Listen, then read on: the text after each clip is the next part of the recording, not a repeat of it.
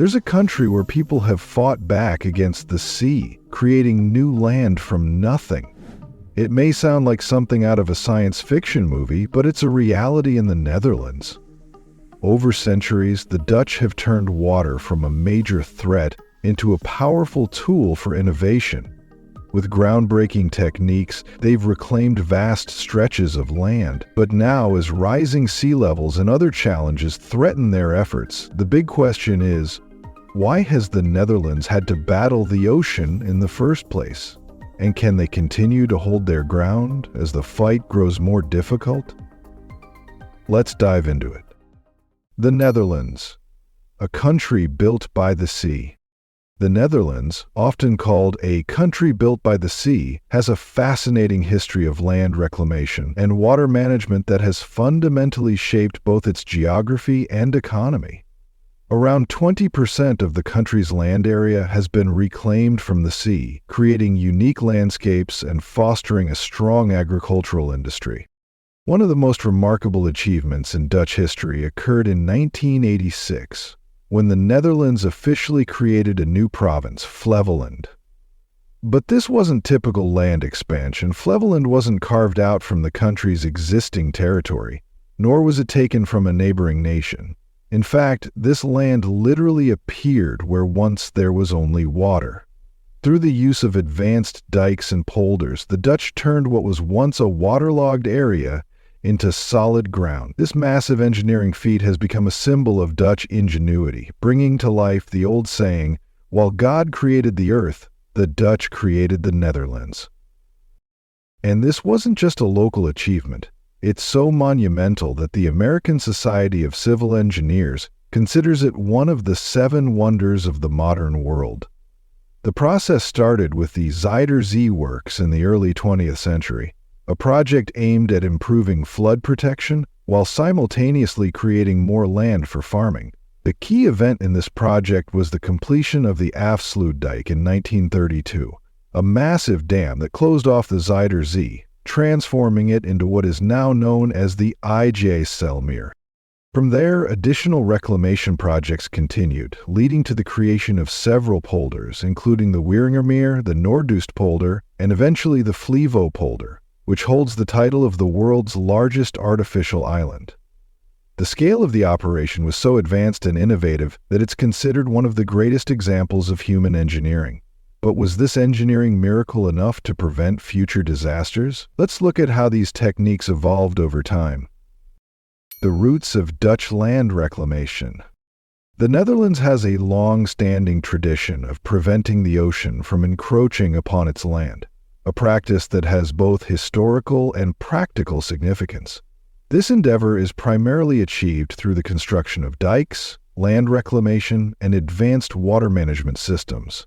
They have been reclaiming land from the sea for over 2,000 years, and their efforts to wrestle with water have shaped the country into the engineering marvel we see today. Early settlers, such as the Frisians around 400 BCE, built earthen mounds known as terpeen to protect their villages from rising tides and flooding.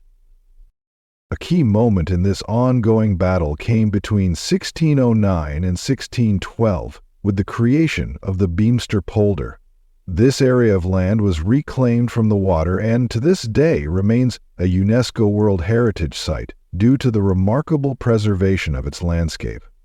The Beemster-polder represents just one of many extraordinary feats in the Netherlands' long history of land reclamation. Fast forward to the 20th century and the Dutch were at it again. The Zuiderzee works, one of the most ambitious water management projects in the world, transformed the Zuiderzee into the IJsselmeer. This conversion led to the creation of new polders like the Wieringermeer and Noordoostpolder, not only expanding the country's agricultural land, but also enhancing flood protection. In fact, by the 20th century, the Netherlands had added about 640 square miles to its land area through reclamation efforts. Every area marked in color on the map represents land that was once covered by water but is now part of the Netherlands, thanks to centuries of engineering. The struggle to hold onto and reclaim land has been a constant throughout Dutch history. The Frisians, the first settlers in the region, started building terpees to shield their land from the North Sea. Over time, their ingenuity evolved, and the Dutch invented the windmill, a key tool in draining freshwater lakes. By the 15th century, lakes weren't just an inconvenience. They were a threat. Storms would cause the lakes to spill over, eroding the land between them. One such lake, Haarlemmer, earned the nickname Water Wolf due to the constant damage it caused. Today, the location of that lake is home to Schiphol Airport in Amsterdam.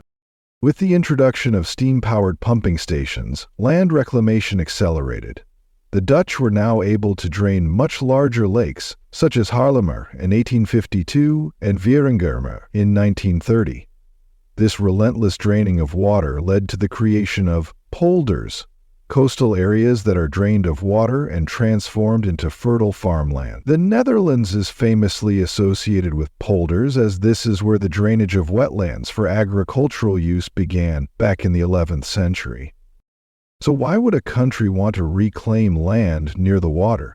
Before we continue, I have a special 10-second request for all of you listening. If you can help me in any way, just press the notification bell and hit that subscribe button. It means the world. It really supports this channel. And if you do that for me, I promise my team and I will do everything we can to make this show even better for you. Deal? Why would a country even want to reclaim land near the water? There are two main reasons. The first is that much of the Netherlands is below sea level, with around 280 miles of coastline along the North Sea and the mouths of three major European rivers, the Rhine, Scheldt, and Meuse. Flooding is a constant threat.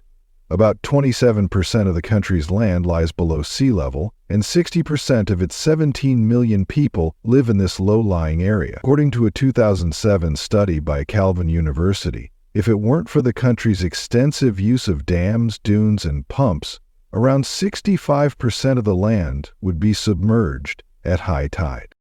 The second reason for land reclamation stems from the Netherlands' need for space, especially for agriculture. Over 80 years ago, food security became a critical concern for the Dutch. This focus on food production grew out of the severe hunger experienced during World War II. To avoid future famine, the Netherlands needed more agricultural land, and that meant reclaiming land from the sea. Draining wetlands became a matter of survival, and the government invested heavily in land reclamation projects. This drive for food security also led to an unexpected consequence: the widespread love of tulips. During the famine, the Dutch discovered that tulip bulbs are edible when prepared correctly. In fact, tulip bulbs contain more calories than potatoes. Along with the war-induced hunger, there was also a shortage of workers, which left many tulip bulbs unplanted in the fall. As a result, huge stockpiles of tulip bulbs often rotted. Realizing the potential for tulip bulbs to help sustain the population, the Dutch Office of Food Supply published a guide on cooking with tulips. Recipes included tulip bulb soup, pancakes, and flour add-ins for coffee. Tulips, surprisingly, helped save thousands of lives. Returning to the polders, areas of land reclaimed from the sea, you can find yourself just 10 minutes from Amsterdam in these newly created spaces. Many of the towns here are older than the land itself, having been reclaimed in the 1960s. Along the canals, you can still see the windmills that were originally used to drain the marshes. Once the land was dry, these same windmills were repurposed for grinding grain, continuing to serve a vital function long after they drained the land. The Netherlands' ability to reclaim land has been driven by both necessity and ingenuity, and the country continues to use advanced engineering to manage water, grow food, and create sustainable living spaces. It's a striking example of human determination to adapt to nature's challenges and find solutions to survive and thrive. However, despite all their innovative land reclamation efforts, nature's power proved to be a formidable adversary, leading to a catastrophic event that reshaped the nation's approach to flood protection. The Big Engineering Project's Modern Feats. On February 1, 1953, the Netherlands experienced a devastating flood. The waters breached existing dikes, flooding towns while people slept. The result was over 1,800 lives lost, 72,000 people evacuated, and thousands of livestock and property damaged. In response, the Dutch government passed new laws to overhaul the country's dike management. Following the flood, the Netherlands launched the monumental Delta Works, one of the most ambitious engineering projects in history. Constructed between 1954 and 1997, this system of dams, sluices, locks, dikes, and storm surge barriers protected the southwestern Netherlands from sea flooding. The Delta Works not only saved millions of lives, but transformed the Dutch landscape, earning recognition as one of the 7 wonders of the modern world. More recently, the Dutch government initiated the Delta Rhine Corridor project, aiming to build a hydrogen pipeline and direct current power cables for enhanced energy infrastructure. However, on December 2024, the plan to combine the pipeline with the power cables was abandoned due to the complexity of dual infrastructure. But the Dutch battle with the sea goes back further. Before the Delta Works, there was the Afsluitdijk. In 1916, a storm flooded the Zuiderzee region, showing the need for improved water management. Engineer Cornelis Lely proposed the Zuiderzee Works, a plan to enclose the Zuiderzee with a dam, transforming it into a freshwater lake while reclaiming land for farming and habitation. Between 1927 and 1932, the Afsluitdijk was constructed, a 32-kilometer-long dam that separated the Zuiderzee from the North Sea, converting it into the IJsselmeer Lake. This dam allowed for the creation of polders, land reclaimed from the sea by dikes, which dramatically reshaped the landscape and ecosystem. The Dutch didn't stop there. Enter the Maaislenkering, a movable storm surge barrier near Rotterdam, part of the Delta Works, and completed in 1997. The Maaislenkering is one of the largest storm surge barriers in the world. It consists of 2 massive gates, each 210 meters wide, 22 meters high, and 15 meters deep. Normally, these gates are stored in dry docks, allowing ships to pass. However, when a storm surge of 3 meters above normal sea levels is expected, the gates automatically closed. In December 2023, the Maaislenkering closed for the first time in 26 years to protect Rotterdam from Storm Pia, which caused a surge of up to 3 meters. As sea levels rise and climate change accelerates, the effectiveness of storm surge barriers like the Maaislenkering is being reassessed. In 2024, the Dutch began the Storm Surge Barrier Delta project to explore the best solutions for future flood protection, ensuring the delta's long-term sustainability. Through these remarkable projects, from the Afsluitdijk to the Delta Works and Maaislenkering, the Dutch have shown their resilience in the face of nature's forces. Their ingenuity in flood protection and land reclamation continues to stand as a global example of how engineering and innovation can overcome even the most challenging environmental obstacles. But as these impressive engineering feats face their greatest test yet, a new threat looms on the horizon, one that could undo centuries of progress. The risks and future challenges. Despite centuries of innovation, the Netherlands faces a new, unprecedented challenge. The very systems, dikes, dams, and storm surge barriers that have protected the country for generations are now threatened by something stronger than the ocean itself: climate change. As sea levels rise and extreme weather events become more frequent, the stakes are higher than ever. It's no longer just about building stronger defenses, but about how long these structures can withstand forces that are changing rapidly. What if these barriers, these lifelines, failed? It's no longer just a hypothetical question. Entire cities could be submerged. The Netherlands has fought the sea for centuries. But even the most advanced engineering projects like the Delta Works and Maaislenkering can only hold so much. As the oceans rise, these iconic structures may not be enough. The consequences would be catastrophic. The Dutch government has created an interactive tool that allows citizens to see what would happen if the sea reclaimed its land. By entering a town's name, you can watch in real time as water floods streets, homes, and entire communities. It's a stark reminder of how fragile even the most sophisticated systems are when faced with rising water levels. The tool doesn't just show the damage, it highlights personal stories. What would happen to families living in low-lying areas? How would the elderly or those with limited resources cope? These aren't just numbers, they're real people, living with the constant tension of knowing they are fighting against the clock. What makes the situation even more concerning is that the future of the Netherlands depends on the success or failure of these engineering projects. While the country has made remarkable strides in managing water, there are no guarantees. Do you think the Netherlands' advanced flood defenses will be enough to withstand the rising sea levels? Or is the country facing an unavoidable disaster? Let us know in the comments below, and don't forget to subscribe and follow the channel to discover more interesting things. The Dutch response: innovation and ecological solutions. The Netherlands, once defined by its battle against the sea, now faces a new challenge: a shortage of water during dry spells. To tackle this, the Dutch have pioneered innovative solutions like floating farms in cities, responding to both climate change and urban density. In 2019, Rotterdam unveiled the world's first floating dairy farm, a self-sustaining facility housing 40 cows that produce 320,000 liters of milk annually. The farm uses floating solar panels for energy, collects rainwater for purification, and feeds the cows with byproducts such as brewers' spent grain, bran, and potato scraps from the city. This circular approach reduces waste, cuts down on transportation emissions, and brings production closer to consumers.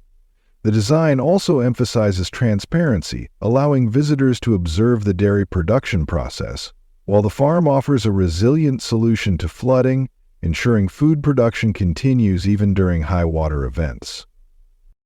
The concept of floating urban developments is gaining momentum in the Netherlands as a response to rising sea levels and increasing urban density. Amsterdam's Schoonschip neighborhood, launched in 2009, is a prime example. Comprising 46 sustainable homes across 30 water plots, the neighborhood houses over 100 residents and operates on a smart grid, sharing surplus energy generated from solar panels. The homes are designed to rise and fall with water levels, making them adaptable to changing conditions. Rotterdam has also embraced floating architecture, hosting the world's largest floating office building and a floating pavilion for meetings and events. These structures are part of Rotterdam's broader plan to integrate water-based living and working spaces, increasing resilience against climate change while maximizing limited urban land. Architect Koen Olthuis of Water Studio has been a leader in advancing floating urbanism. Olthuis promotes the idea of blue cities, where water-based developments provide sustainable and flexible solutions to urban challenges. His firm has worked on various projects that show the viability of floating structures, from individual homes to larger community developments. Beyond floating cities, the Netherlands has integrated seaweed farming with offshore wind energy to enhance sustainability. On September 2024, the country launched North Sea Farm 1, the world's first commercial-scale seaweed farm, situated between offshore wind turbines in the North Sea. Spanning 5 hectares, the farm aims to test and improve seaweed cultivation while researching its potential to capture and store carbon, aiding climate change mitigation. Located 18 kilometers off the coast of Scheveningen, within the Hollandse Kust Zuid wind farm, North Sea Farm 1 aims to produce at least 6,000 kilograms of seaweed in its first year. The seaweed will be used for products like food, clothing, and wellness items. The project, led by North Sea farmers in partnership with European scientists, is funded by Amazon's Right Now Climate Fund, which has provided approximately $1.6 million for its establishment and scientific research. Seaweed farming aligns with several sustainable development goals. It doesn't require land, fertilizers, or fresh water, making it an environmentally responsible method. As seaweed grows, it absorbs carbon dioxide, contributing to climate change mitigation. Additionally, it can enhance marine biodiversity and restore water zones, all while preserving terrestrial ecosystems by avoiding the need for agricultural land. With these projects, the Netherlands continues to lead the world in adapting to climate challenges, using innovative engineering to transform environmental obstacles into sustainable opportunities. Nature conservation and the Dutch Serengeti. The Netherlands has long been shaped by human ingenuity, from its carefully constructed polders to massive water barriers that keep the sea at bay. But despite all their engineering marvels, one aspect of nature remained out of their control: wildlife. In an ambitious attempt to create a nature reserve like no other, the Dutch built what they called the Dutch Serengeti. However, what was meant to be a thriving wildlife sanctuary turned into a disaster. The project covered 12,350 acres and aimed to create a wildlife haven for deer, horses, and other livestock.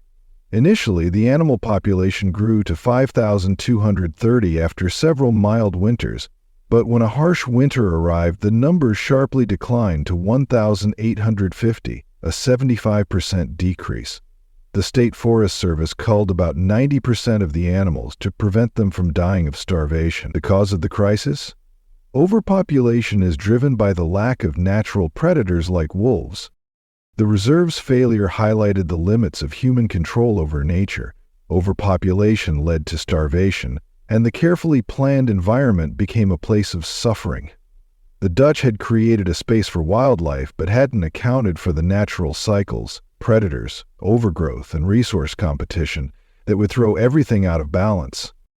This experience taught the Dutch that nature's balance is far more delicate than they realized.